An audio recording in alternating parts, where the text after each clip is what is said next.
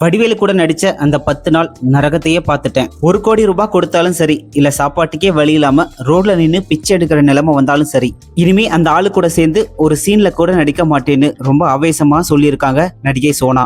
அதை பத்தி விவரமா பார்க்கலாம்.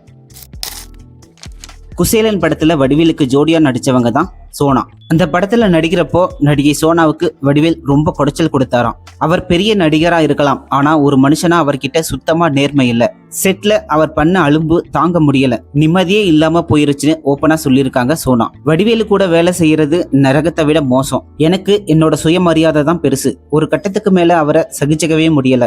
திறமை இருந்தா மட்டும் போதாது, மத்தவங்கள கொஞ்சமாச்சும் மதிக்கணும்னு சமீபத்துல ஒரு நேர்காணல்ல ரொம்ப ஆவேசமா பேசியிருக்காங்க நடிகை சோனா. குசேலன் படத்துக்கு அப்புறம் வடிவேலு சோனா காம்பினேஷன் ஹிட் ஆனதுனால வடிவேலு கூட நடிக்க அடுத்தடுத்து 16 பட வாய்ப்புகள் தேடி வந்திருக்கு. ஆனா அந்த வடிவேலு முகத்துல முழிக்கவே எனக்கு இஷ்டம் இல்லைன்னு சொல்லி அத்தனை வாய்ப்புகளையும் ஒரேடியா உதறி தள்ளிட்டாராம் சோனா.